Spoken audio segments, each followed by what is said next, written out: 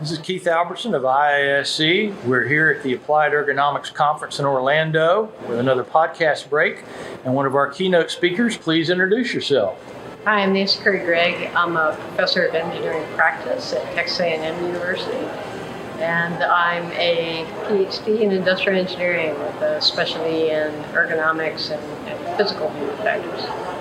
And you're also a former astronaut who flew space shuttle missions. You were part of the space program for many years.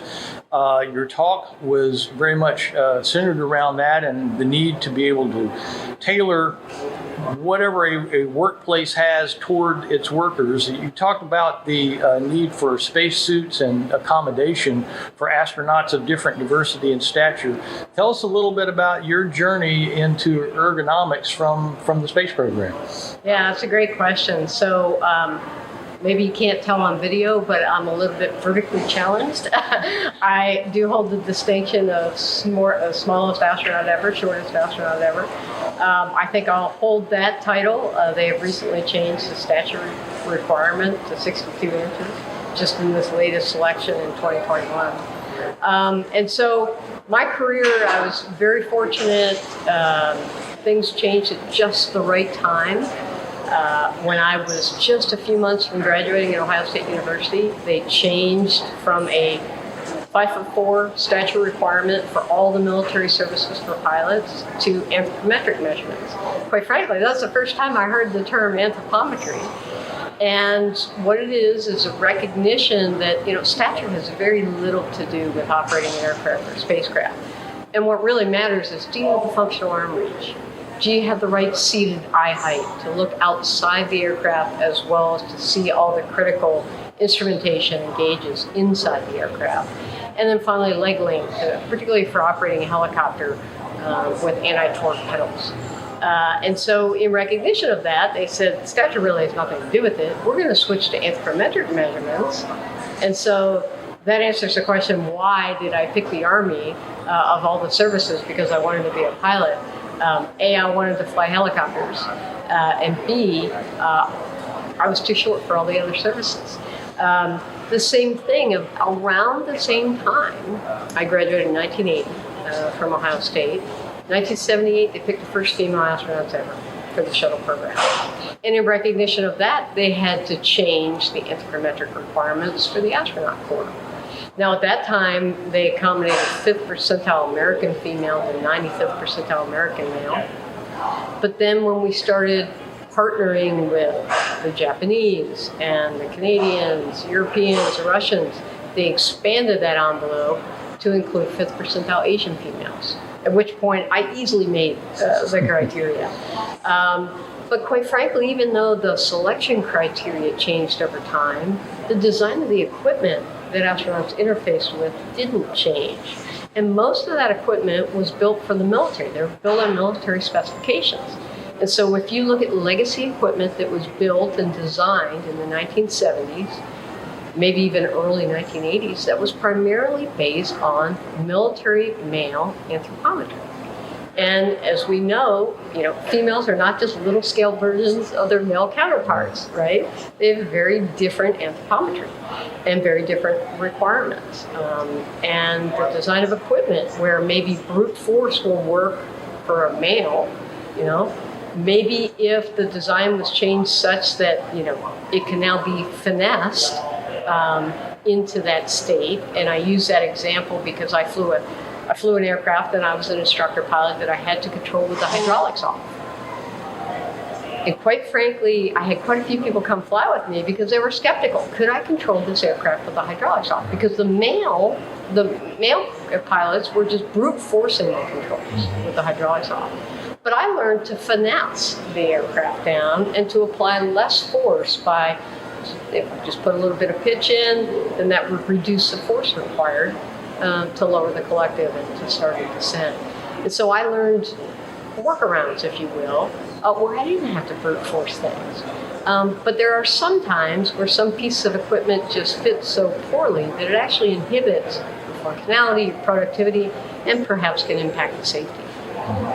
And you really connected the dots between space travel and ergonomics maybe in a way people don't realize, because certainly the job of an ergonomist is to design the workplace and the work and the specifications to the worker. It's no more important than in space, right, where you don't have the option of redoing things on the fly. It has to be, human safety has to be a high priority at any time when it comes to space travel.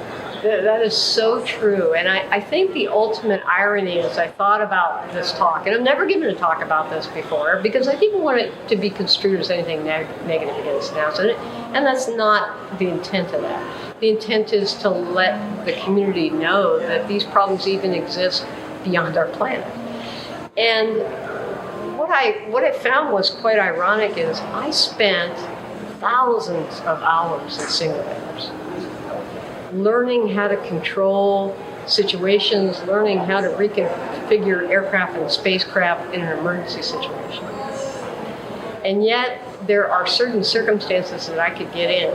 For example, if we were ever to become depressurized, where because the pressurized suit does not fit me well, despite the fact that I have all the knowledge and skills that I need to perform that role, my performance might be impeded because of the poor fit in the safety equipment. And I find that ultimately ironic because I prided myself on knowing everything I could about every system that I ever flew, whether it be a helicopter, an airplane, a jet, or a spacecraft. And I was always known as kind of, the system specialist. I knew everything about the system.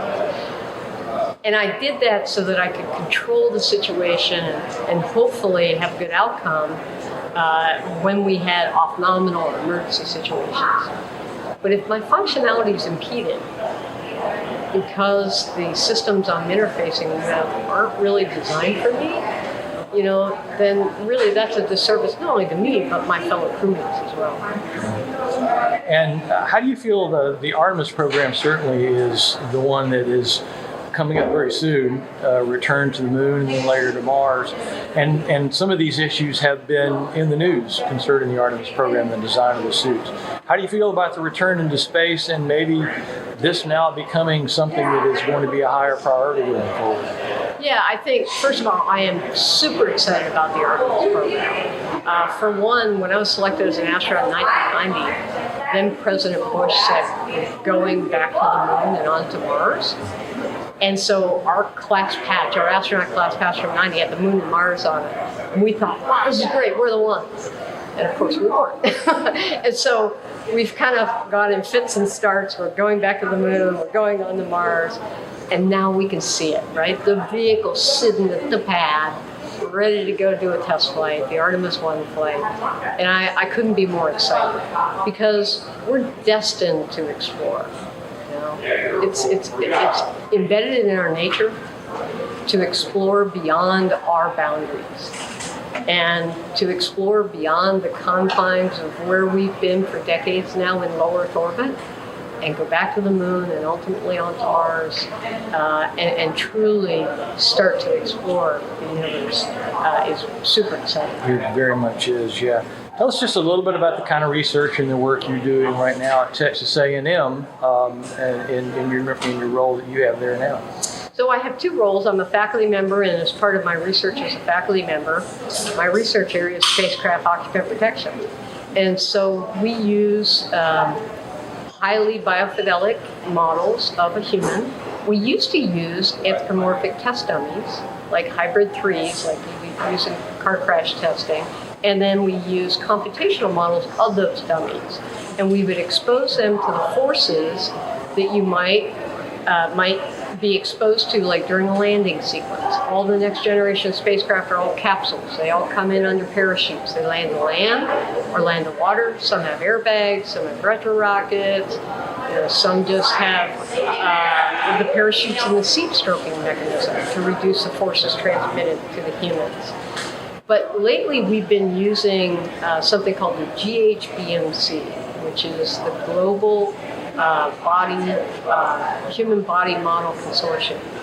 And it is a very biofidelic model. So now we're not testing and doing finite element models of dummies, but we're using a body model that was based primarily on cadaveric testing So it responds much more like a human than a metallic dummy does. So we're looking at that particularly with respect to small females, right? Neck injuries, head injuries, lower lumbar injuries, as you're exposed to these forces of rapid acceleration pulses during the landing sequence.